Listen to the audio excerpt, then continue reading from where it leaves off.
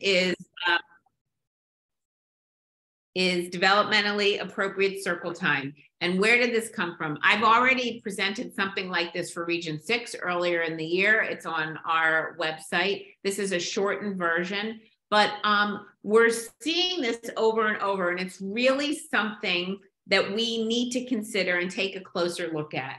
The reason is not as much learning happens in large groups as we think or we were taught back in the day. And we all know it's hard to break old habits, right? You think of early childhood, you think of morning meeting and circle time and calendar and all of that stuff. So I'm going to try to give you some of the rationale why maybe we should try to shift our thinking, shift our schedule a bit. And there might, since we always say that 2.5 hours go so quickly, what are some other ways that maybe we can get that information to the kids, the information that is developmentally appropriate? So this is what I'm going to try to address in an hour. I always like to say, this isn't just the Becky and Katie show saying this. There are guidelines that we follow as early childhood professionals, and they're saying the same thing that I'm saying to you today. So we're going to look at the NACCE position statement. We're going to look at developmentally, how long should circle time be? What are our professional curriculums, guidelines, organizations telling us? We're going to really look at, everybody talks about that schedule, and your schedule has to be posted, but we're really going to spend some time looking at the importance of reviewing that schedule. It's not enough just to have that schedule up. It's not enough just to have it at eye level. We're going to talk about, if we are doing circle time, what is developmentally appropriate to do? The big old hot topic of technology during circle time. Someone asked about that in one of our planning meetings. We're going to look at the behavior challenges that we often have during circle time. And then finally, how can I make my circle time truly inclusive so all children are engaged? So that's what I'm going to try to cover in an hour. So I'm not going to read this, but this is what NACCE tells us in their position statement about circle time and large group instruction, that we really need to limit the time to match the children's age. And just as I said, we only have 2.5 hours with the kids. So what is the best way to spend time with the kids? And what's the best way that they're going to learn? And it might be developmentally that sitting in a large group for 20, 25 minutes isn't the best way. So here is what a lot of the curriculums that we're using or guidelines we're using, I don't have to read it piece by piece. Almost everybody says 10 to 15 minutes is the most that we should be asking children 3 to 5 to be sitting in a large group. We're spending too much wasted time. And in the Unpacking the Pyramid that Nancy shared with us, it says, stop and think, are you teaching your children, or are you spending the majority of that large group time redirecting them? And I think that's a real good thing to take a look at.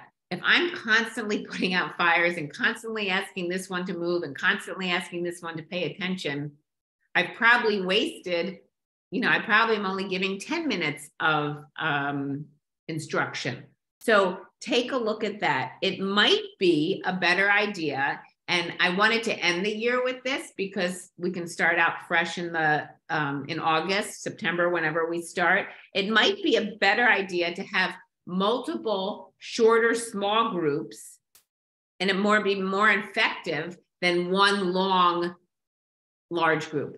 So I've worked with many programs that really are trying to integrate more small groups, but they're struggling. They're like, I can't add more to my schedule. Well, we're not asking you to add more. Maybe we need to take a look at this time that we're spending in large groups. And some programs that I work with are having 2 large groups in that 2.5 hours. So I thought that that was a good thing to recommend. NACCE also says they recommend teachers work with children individually and in small groups throughout the day, not just the entire class during circle time. Okay, so again, it goes back to that inclusivity that we're doing. When a teacher is frustrated that they can't reach that child that's being included, they might need some individual work, but you can do that individual work during center time if you're conscious about it and you're intentional is the word that I want to say. You've planned for that. That child isn't just going to be roaming during circle time. So before learning about the beyond, okay, that we spend a lot of time in calendar, we talk about what's next, and we're talking about what month comes next and what day comes next. Developmentally, we need to teach the here and now. What's going to happen today? That goes back to the schedule that I'm about to talk about. What's going to happen to me while I'm in early childhood today? What am I going to have to accomplish? And I always, as I've been doing this, talking about getting rid of circle time large group, I think about when you're going into something unknown, how you feel, right? How you don't know what to expect. Well, that's what especially a 3-year-old feels like at the beginning of the year. This might be the first time they're in anything, my mom doesn't make me sit down in a large group. Like, what is this? Why am I sitting down? So think about how you feel if you would be in that situation. All right, so the importance, I can't stress this enough. If you're going to gather your kids together, the most critical, important thing is to review the schedule of the day. Let the children know the sequence of the day. The schedule really teaches children the passage of time. First, we're going to get, first we're having large group, then you're going to pick one to go to centers, then you're going to do this. Now, it doesn't matter, you can have your schedule vertical, horizontal, however your children respond to it best. And they will learn either way as long as you're following along with it. But you have to refer to it, okay? So what I want to know, if you would chat for me, how do you let your children know that an activity is over on your schedule? So not flashing your lights. If I was a child that went to check my schedule or check the class schedule, how would I know that circle time in centers is over and now it's time to go to gross motor? If you could chat for me.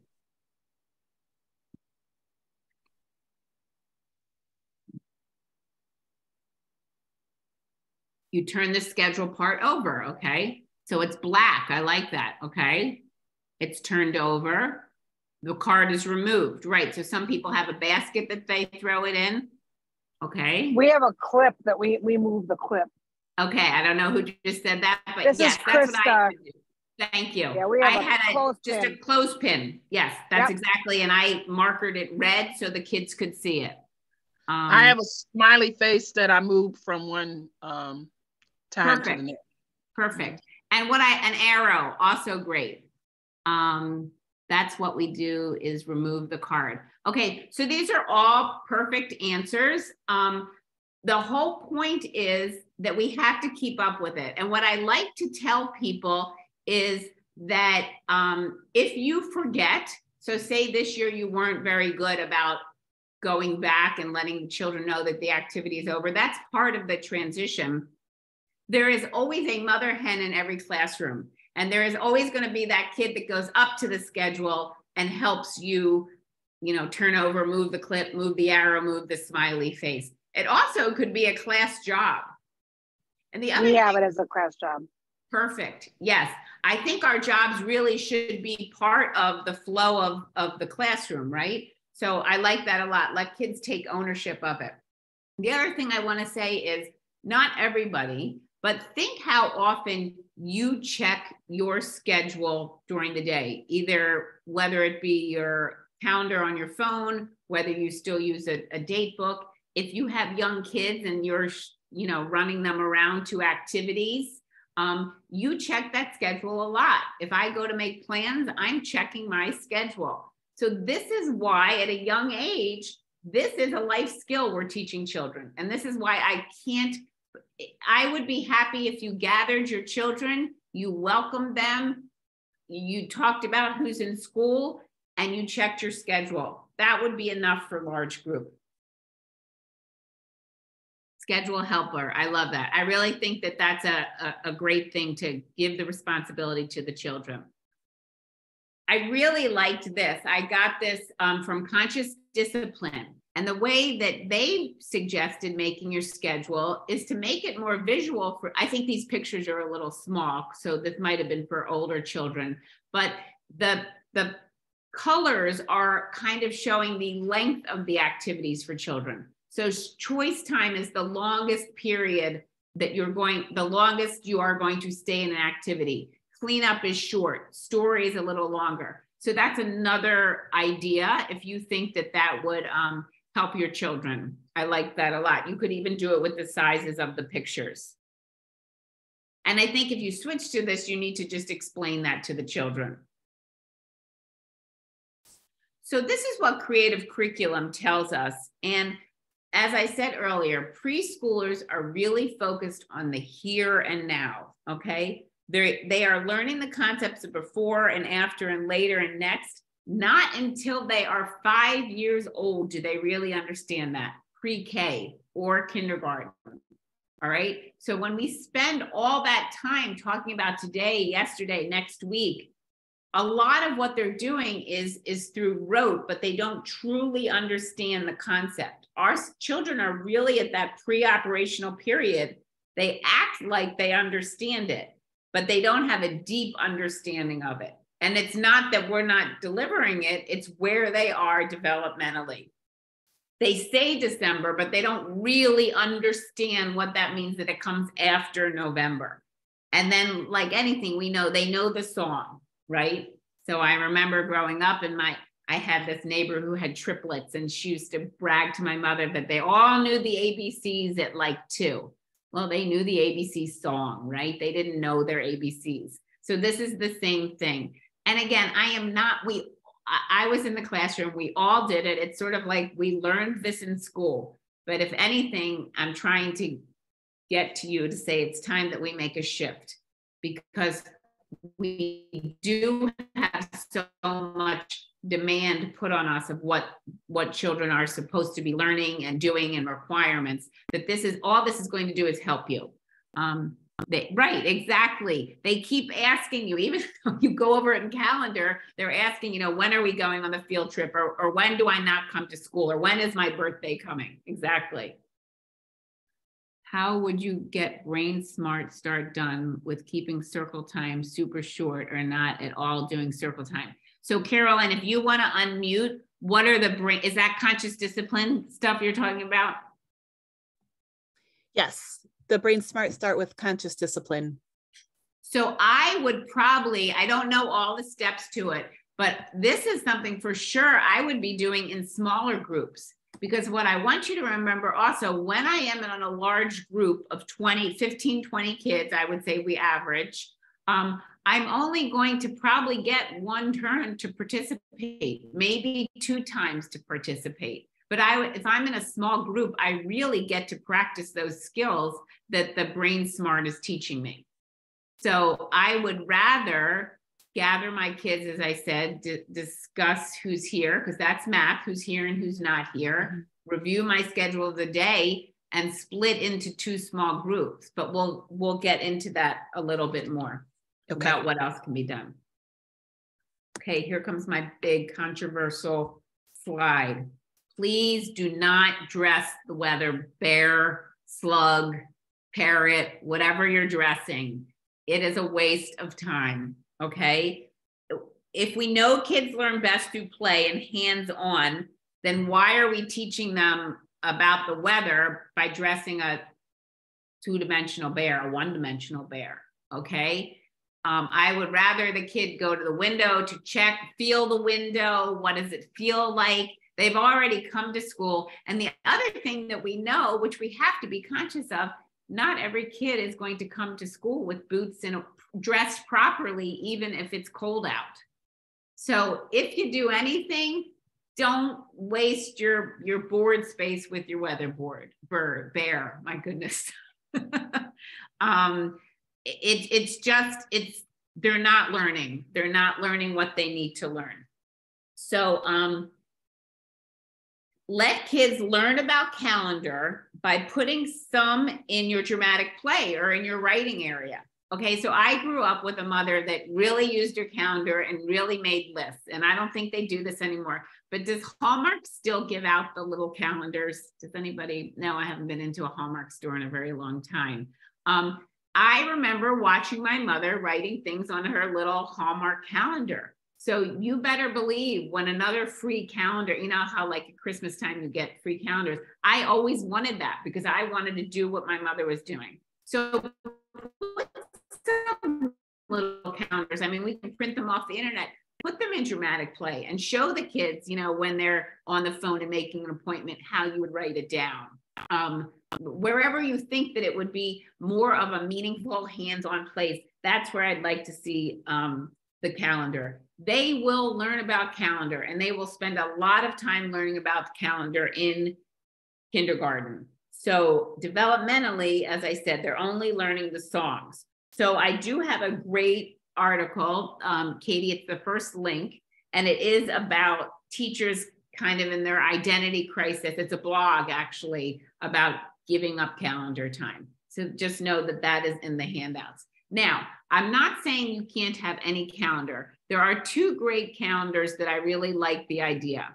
There also is a link to this. I think it should be the next one, the linear calendar. Does anybody use a linear calendar in their classroom? So what a linear calendar, okay, great, thank you. A linear calendar basically is a calendar that is cut apart and glued together, okay? So you can see the kids here, they have the pieces. It's represented in one long row. I'm just reading this from this little article. The top row has the box for each number, and the box below it has the events. That is the really important thing. And I'm going to let you guys who use it, maybe you could talk about it when I'm done talking. It does take up a lot of space, but now we have extra space, right? Because we're not hanging up our weather bear. Many of the students go over each morning to see what we're doing. And you know it's meaningful when the students use it without the help of the teacher. The kids in this class, the kids put the calendar together each month, and it's much more meaningful when they take ownership. So let's talk about what even kind of documentation. If I cut up all the numbers 1 through 30 and put it out there, and either the calendar helper or this is like a small group activity, I see kids start to put the numbers up, or I ask so-and-so to get number 6. I'm assessing their number knowledge, right? And I know that's a creative curriculum objective. So after they put that up, I might put a picture that shows a pumpkin the day we're going to the pumpkin patch, or I might put 2 houses on the weekend when I don't come to school. So again, giving kids ownership, this is a much more meaningful calendar. Would either of you, about 3 of you said you used it. Would anyone like to unmute and talk about how you use it in your classroom? For me, when I was doing the linear calendar, a lot of the times at the end of like our wrap up, where we talked about things that we've done, we would have that calendar helper draw a little picture of what we did that day. So when we would go back, it's always would be up there for the month, but we would go back and then I'd write the dictation. We could say, oh, that's when we went to like the big gym, or Bobby really liked playing with this that day. It was more meaningful of what they did for that day. Perfect. And I'm about to talk about the end of the day wrap up. Anybody else? So, oh, I'm sorry, go ahead. So when I use it, I don't have all the days up. We count as each day, every day. I have the birthdays up. So there's kids that count how many days until a friend's birthday is. If there's like any home days, they've been asking, because we've been having a lot of home days. When's the next home day? So I add like a picture of a home so they know, and then we start counting how many more days until home days. I also do patterns. Perfect. So that's good to get that in as well. Right. And I love that you actually don't put up the home till the kids ask, right? Again, that's much more meaningful. So now I've asked you, when do I have a home day? I now know a picture of a home means it's a home day, and a pattern of like 3 days in school, then a home day, 2 days, whatever, that's much more meaningful, even than apple tree or whatever. So great, love that. So let's talk about the other calendar that I love besides a linear calendar. It's kind of like, I don't remember who my first person to talk, is this end of the day wrap up. So I would not talk about calendar at all at the beginning of the day. Again, I might say it's, Monday, October 12th. I'm not dwelling on it. At the end of the day is when I have a large group. Somebody's job is the calendar helper. That calendar helper draws a little picture like this on a Post-it, on a scrap of paper of something they did in school today. You can already have the number on it. If you think your kids are developmentally ready, they could write the number. And again, then we do a little dictation for them. Again, I want you to think of the documentation you can get from this. Can the kid write the number? Can the kid dictate to you about what they did? And then this becomes a real living, working calendar for the kids, something that they can understand and relate to. You might start to hear a kid say, on Monday, I built that big tower in the block area.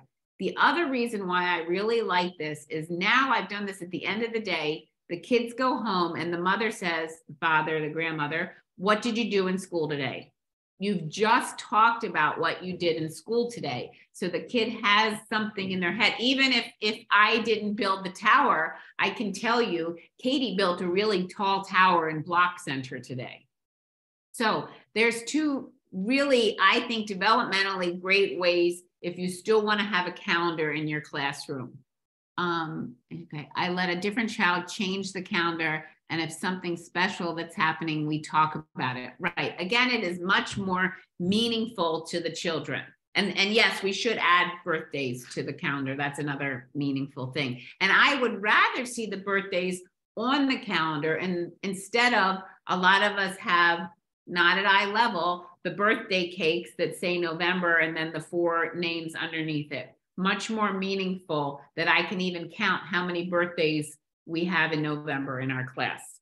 So great ideas. Thank you for sharing. So one developmentally appropriate thing to be doing in calendar is to teach time concepts. This is really what we need to focus our calendar time on. And Creative Curriculum, Ecker's Pyramid all say that in order to teach time concepts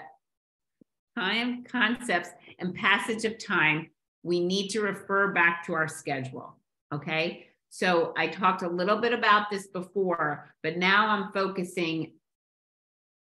talking about schedule again, that you're teaching the passage of time, all right? So we finish this, next we're doing that. Or for that child, again, if we're talking about making changes for September, when do I get to go home? 4 more activities, and then you get to go home, okay? That teaches me the time, because 5 minutes doesn't mean anything to a preschooler. We know that, right? That's why we even use our visual time timer.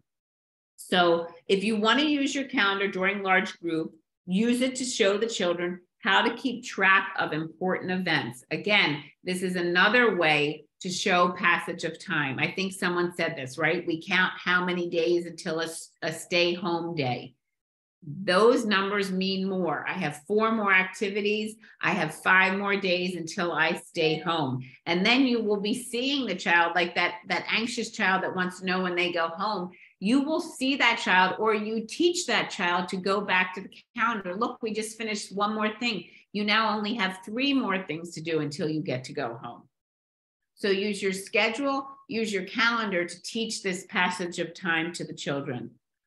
Again, as I said, like me, they might see their family doing this. Maybe they're talking about going on vacation or visiting a relative, or when grandma's going to come, and they can count that down at home. This is something to share. I hope that you will share this kind of information with parents also.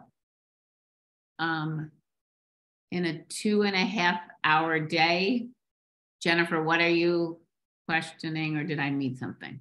It was to the comment before that about, could we go through what's developmentally appropriate for a schedule for a day? Oh, okay. Hour day. Okay.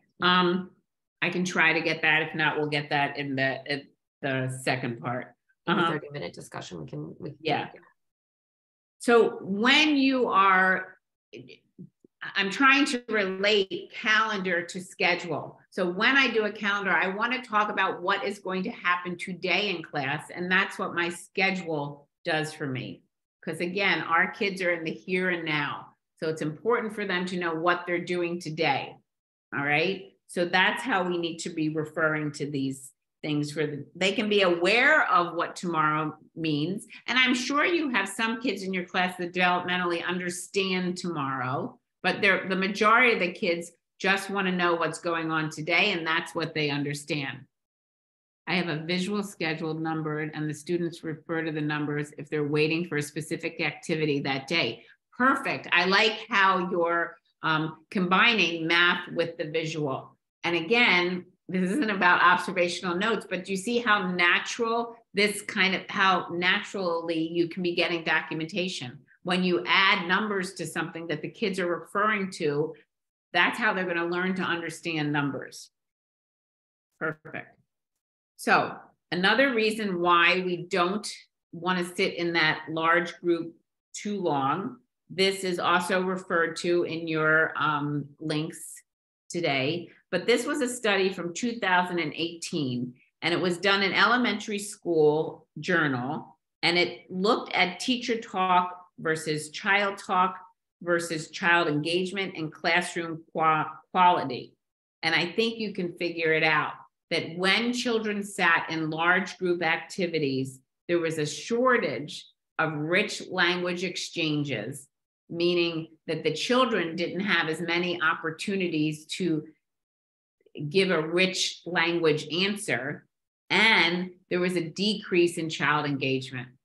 So you remember when I opened, I said we're going to talk about behavior issues and to look at the amount of time. Unpacking the pyramid tells us to look at the amount of time you're putting out fires versus teaching. So this study really showed us. It also showed that because of this, child engagement dropped to low levels about 40% in about 40% of the classrooms. So again, we want children engaged in all activities. They're only there 2.5 hours. So for them to be sitting and not having opportunities to have rich conversations and not be engaged, there's not a whole lot of learning going on for them. The study showed that circle time really needs to be revisited because it's lacking richness and quality. So if we could start with small changes and start with focusing, really looking at that engagement. So most of you probably have a 1.5 months left of school. I want you to really just, maybe don't make the changes this year, okay? But sit back and look at the amount of engagement, or look at the amount of fires you're putting out, or the amount of time you're teaching versus the amount of time you're redirecting. So, Katie, is there anything I need to attend to, or you're sort of addressing this? I think I responded back, unless that person wants a little bit more, just talking about how much is too much in terms of display, but we can kind of pin that too. Okay. Oh, okay. Well, I do want to say one thing. If you are a full day classroom, which I think a lot of people have these days, if you're a PFA extended program, my suggestion developmentally is to have a morning schedule and an afternoon schedule, because that's just way too much information for a little kid to take. That's not going to appease me if you say there's only 18 more things left until you go home. So I think it's better to have an AM and a PM schedule for kids. Okay, so you're still going to have large group. What should you be doing in large group? Developmentally, and if you're a creative curriculum classroom, this kind of goes with that. You're going to review your question of the day. So I just want to clarify, if you do creative curriculum and you're asking a question of the day, it might be, did you have a snack? I don't want to say, did you have breakfast? Did you have a snack after school? Yes or no? You don't do that in Circle. All you're doing is analyzing the data in Circle. So I can see more kids had a snack after school or I can see more kids like this, less like this, more boys, more girls. So you're taking a short little time to analyze the question. You're going to review the schedule of your schedule. You might do some shared writing. Okay, so getting out a big chart paper, maybe you're talking about something that you're studying. Maybe you're talking about a field trip and the kids are having an opportunity to talk and you're writing about it and you're pointing out letters, you're pointing out punctuation, things that they're going to learn. I'm a big one on explaining what is going to happen in centers. So I have this later in the list. If there's a new material out, take the time during large group to explain that material. I was in a classroom where a teacher was putting out watercolors for the first time.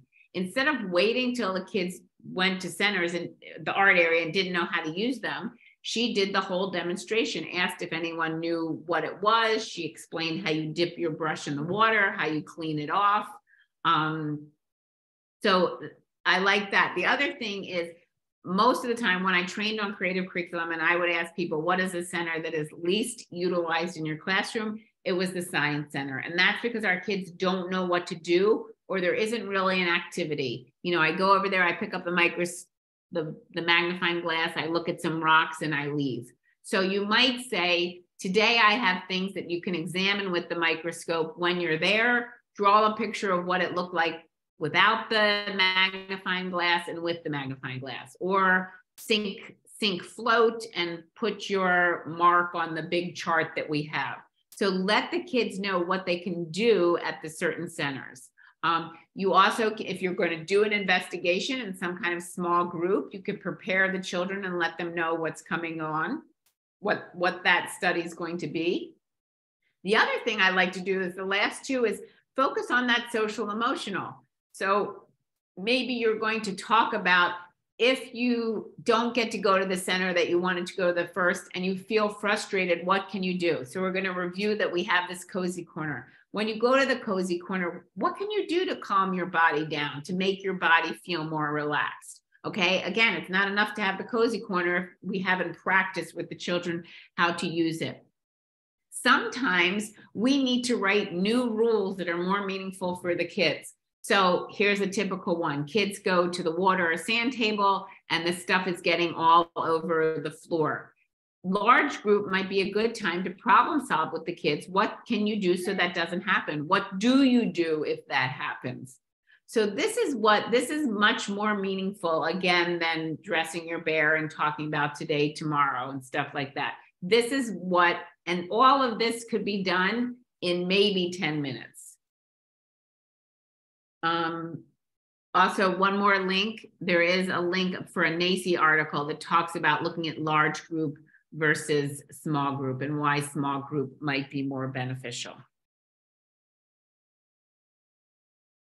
Okay, I'm going to skip my breakout room because I feel that I'm going to run out of time with my hour. But can anybody, just as we're about halfway through this hour, what's something that's like burning, if you would just chat, something, a little thing you could eliminate to shorten your circle time, or a change that you can make? You can unmute or type.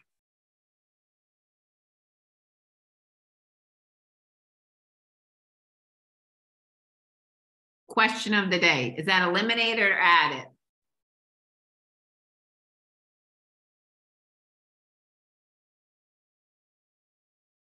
Eliminate to another time. Okay. Discuss the problems we've been having. Showing how to do a project. Great.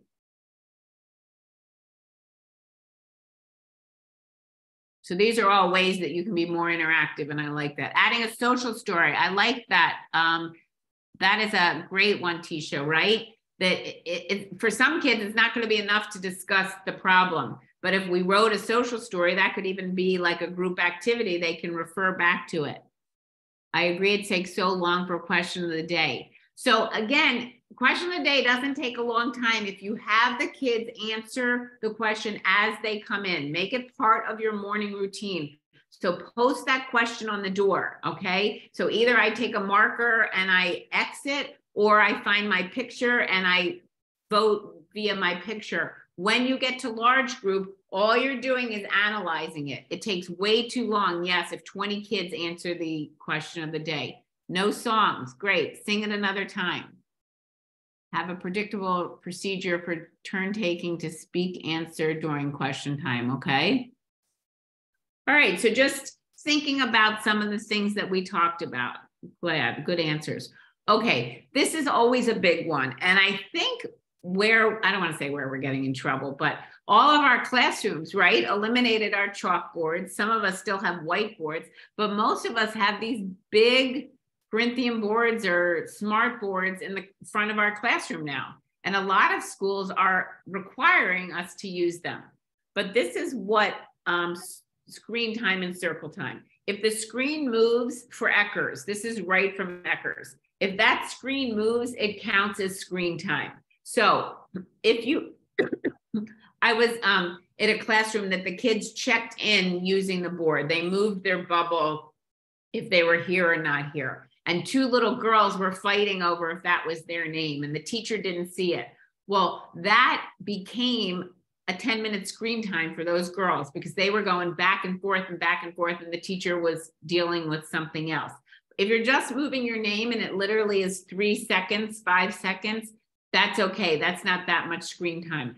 But if I put up a song and the kids sing along with the song in the smart board, that becomes screen time. So smart board activities are probably not the best for circle time. I was in a classroom where they did split, and circle time became a small group, and another small group did a smart board activity. So again, if I'm in a group of 7, I get a lot more turns on that smart board than if I'm in a group of 20, I only get 1 turn probably to do that activity. Passive use of technology is not recommended in our early childhood classrooms. That's like looking at YouTube videos, what the kids do at home. And I think most of us don't do that. So in Eckers, a 3.2 would be passive for 10 minutes a day. And to get a 5.2, you're using all of your technology in an active way, right? So we're teaching the kids about something. So let's give an example, because Becky won't stop talking about the weather bird. Instead of dressing that weather bear, and they're talking about Snowmageddon, say they're predicting that we're getting a huge snowstorm, or my son lives in Fort Lauderdale and they had that crazy rainstorm, like they had, I don't know, like 11 hours of rain. If you pulled that up and showed that to the kids that just lived it, that's active, and you talked about it, and you talked about how the cloud didn't move over Fort Lauderdale, and you asked them where they were, and did any of their parents, did everybody's parent get home from work or whatever, how long it took them. That's much more active, okay? So that's what they're talking about. We're using it to teach the kids. So again, don't do a smart board activity during circle time. To me, it's wasted technology time. So I talked about, we spend a lot of time putting out fires. Again, this is from that article. Teachers in low engagement classrooms spend 50% more time providing an equivalent amount of instructional talk, but making double the amount of behavior management, okay? So we all have that squirmy kid during the circle time. We're squirmy, right? I keep moving during this presentation. Because circle time, this I thought was really good. I think this is from Unpacking the Pyramid. But because circle time is often the first activity of the day, we are asking kids to come from sitting on a bus to hang up their coat and backpack to come now sit for 15, 20 more minutes. That's a lot of sitting for a little kid. So maybe we want to have an end of the day roundup when I talk about, and not require that sitting. Or again, all the ways I talked about shortening your circle time. They may want to talk about their night, how tired they are, what they had for breakfast. So circle has to be engaging and relevant to get them focused and to avoid challenging behavior. The longer kids wait, or the more bored they are, the more they'll find activities to amuse themselves. So I had a little boy that found all the staples that were stuck in the carpet from like changing the bulletin board. Okay. So again, as I'm saying, if you don't want to make any great shifts the last month and a half of school, look how engaged your kids really are. We think they're engaged, but if you count the amount of turns that they get, or if I'm waiting to take my animal and hold up my animal when it's that song and I only get to hold it up once, I have a lot of time to wait and maybe get distracted. So again, how are your kids engaged? And that can avoid some behavior problems.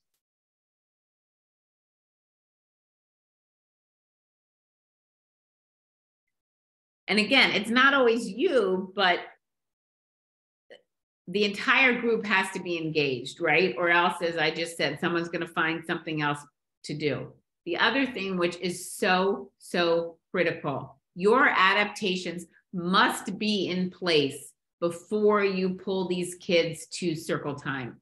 So if I need additional visuals, you better have them there and ready for my assistant to give it to us or for you to do it. If I have some kind of communication system, that communication system has to be programmed and ready to go.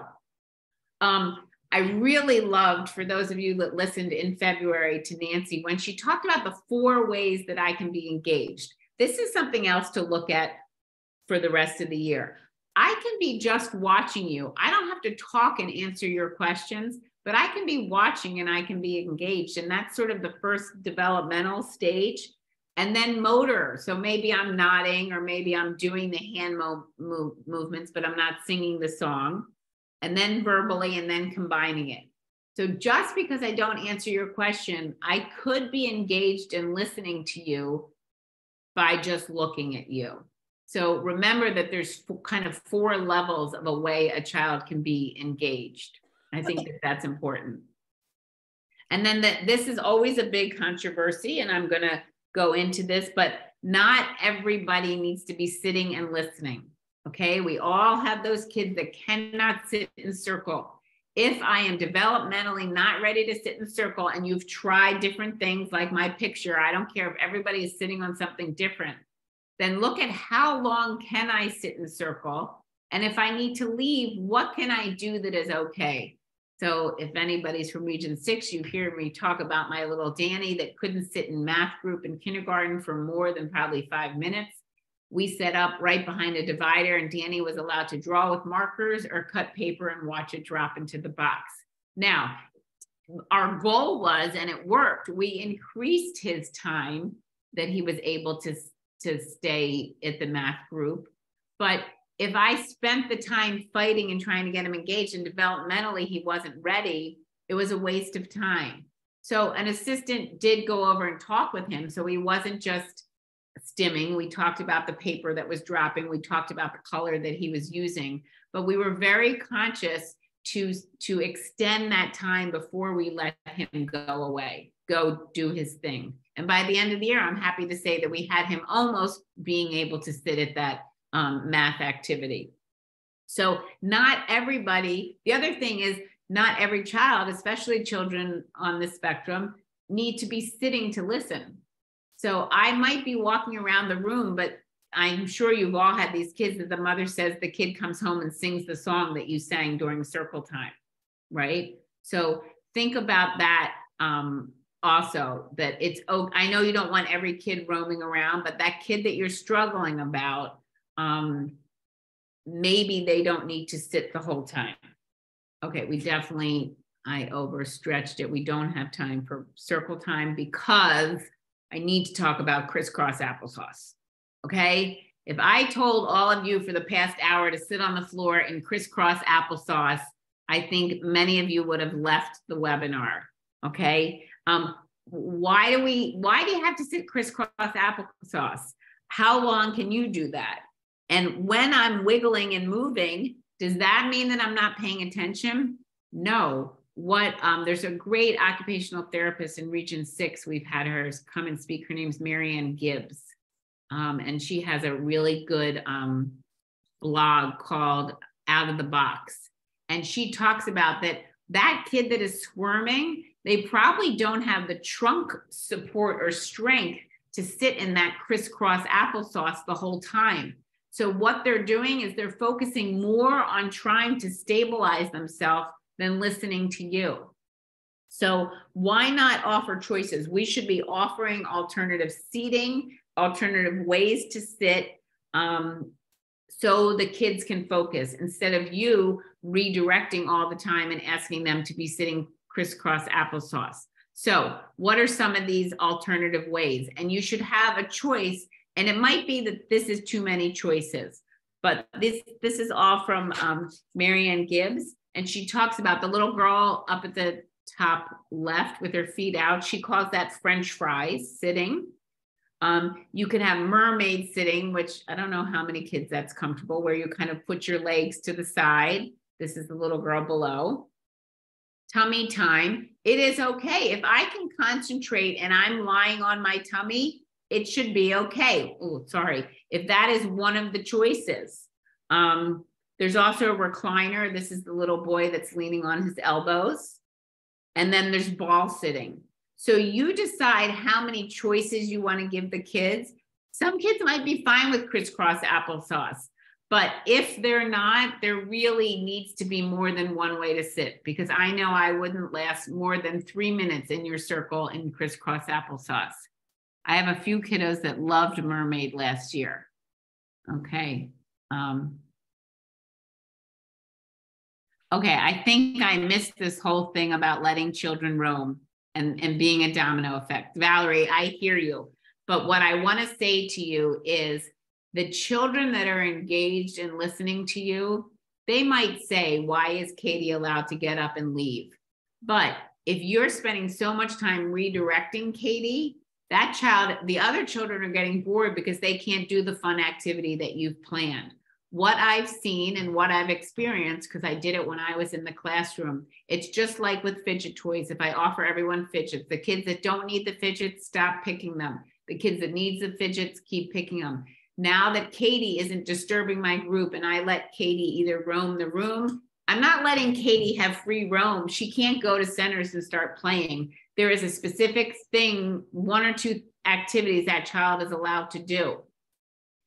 The other kids are going to comment in the beginning, but then they're going to be very content that that child is not disrupting their learning, their circle time. So I know it feels weird, but it really is best practice, I have to say. I have 2 students who do other things during circle time. I always say group time or work time, and they get to choose. Right. And again, you could start your year with that, and maybe no one wants to come to group time.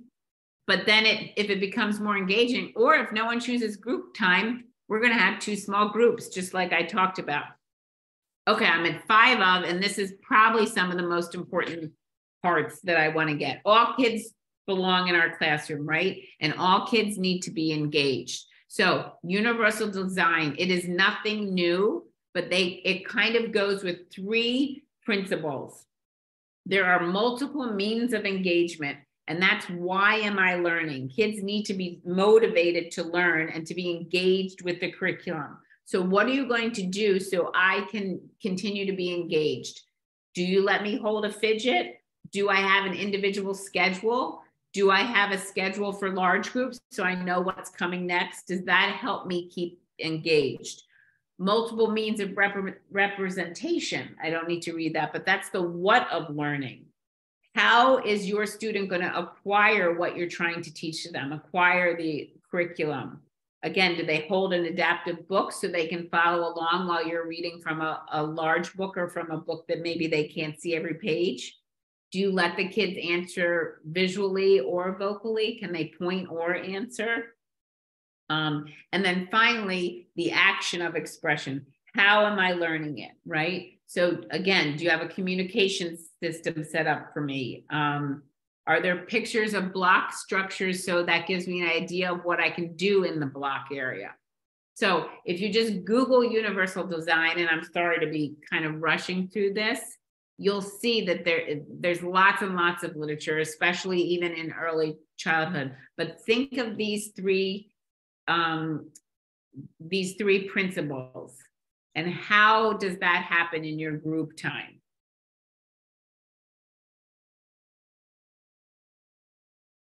And then finally, if we say all children belong, then all children belong in circle time, okay?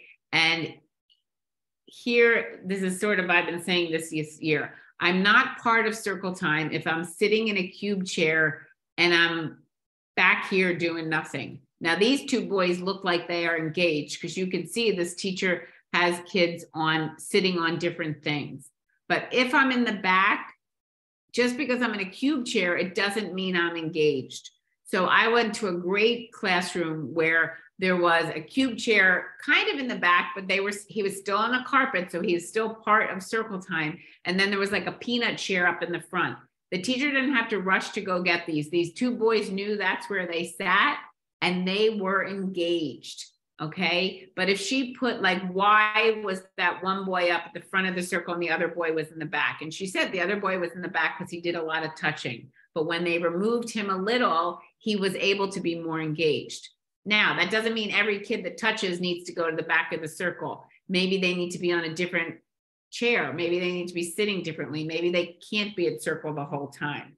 So think about, are those children that are included in your classroom that are blended, are they really engaged during circle time? And back, I think it was Valerie that asked me about, everyone's going to roam. Again, we need to look then, maybe large group doesn't need to be large group, right? Maybe, again, I keep saying it, we have 2 small groups, we have a 5-minute large group, and then we're moving. So just think about that. And I'm perfect timing, almost perfect timing. I have a quick video I want to show you. Let's see if this works. Katie, tell me if you can you see? Okay. You can hear? Today, in Jacob's classroom, his teacher is reading a book that was specially made for him to fit his needs for speech articulation practice.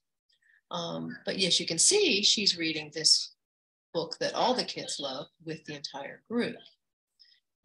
In this way, all the children provide models for Jacob for the words that have been embedded in this little story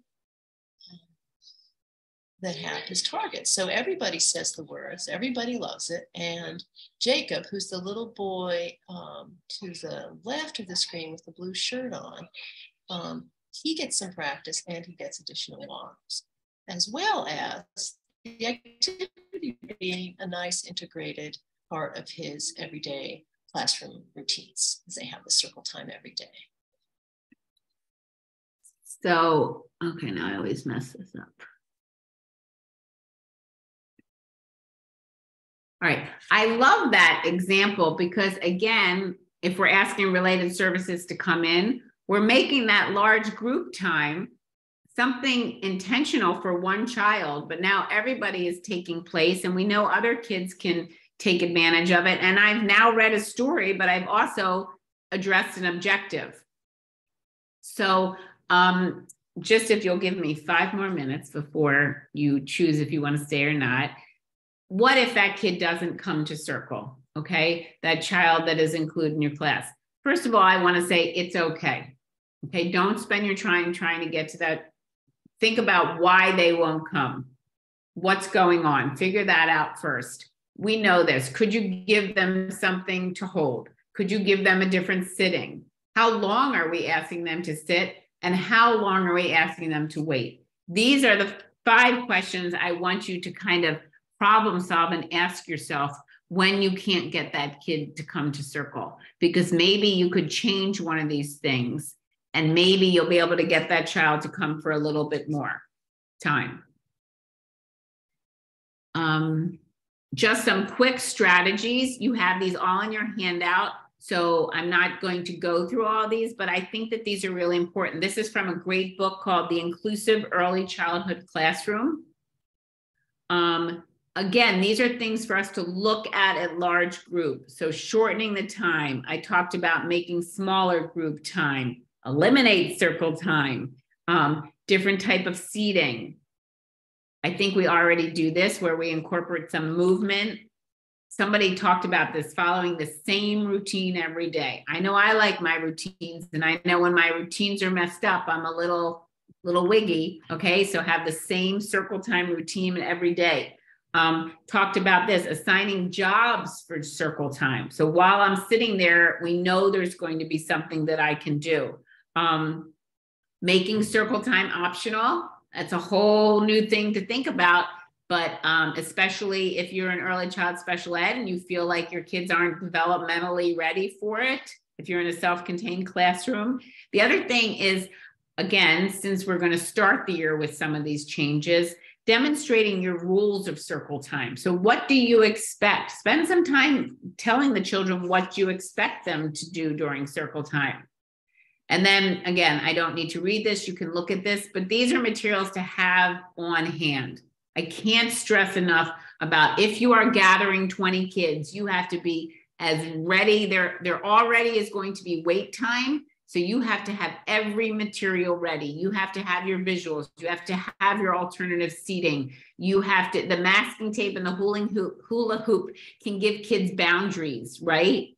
A stuffed animal might be something I can hold and I can talk to kind of about what you're doing. So that might keep me engaged. We know that puppets, I don't think we use puppets enough anymore. That can really keep kids engaged. They like that. Even let two kids hold the puppets and be part of what you're doing. So, okay, I did it. I'm sorry, I kind of rushed at the end. This is what I want to end with, okay? I want to do the old chat waterfall. So, what was sort of your light bulb minute in my 65 minutes of talking? What really struck you? Okay, I want you to type it, but don't press send until I tell you to. So what's something you're going to change? What's something you're going to add? What's something you maybe don't agree with me? Okay, what's something you want to investigate further? What link are you going to click on? So go ahead and type it. I'm not good at waiting, but we're going to wait a full minute. Oh. And then when oh, Erica, you already pressed send. Hold on, don't press send.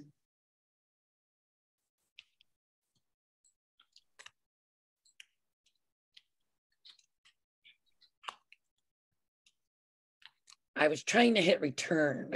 So. That's okay.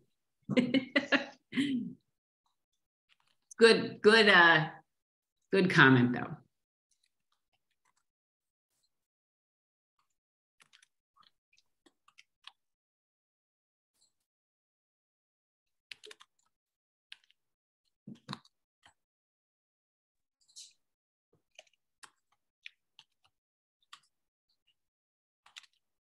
Okay, if you are ready, and it's okay if you're still typing because it'll come in and I won't be able to read them. Go ahead. I made it really big, my chat. Change the calendar. Oh, see, I can't even read them. They're so fast. Allow students to sit, however, not worrying about crisscross applesauce. Circle time could be a choice. Have 2 circles. Crisscross applesauce isn't appropriate. It's not necessary. No assigning seats. Great. Calendar at roundup. Okay. Doing some dictation, shorten calendar, end of the day recap. Keep talking about the schedule all day. Short but sweet. I like that. Will allow for more engagement. Oh, I feel like that should be a workshop. Perfect. Doing circle time as center, shorter circle time. Love the linear calendar. Add the drawing, developmentally appropriate length. Great. Great. I love that. Thank you. Thank you all. So I'm going to stop sharing. I hope I didn't speed through that, but this is why we now have our optional half hour. So, or 25 minutes, whatever we're left with. So if you need to go drive a kid to soccer or start cooking dinner, feel free to leave. But if you'd like to stay on and ask some questions or have a little conversation, please stay.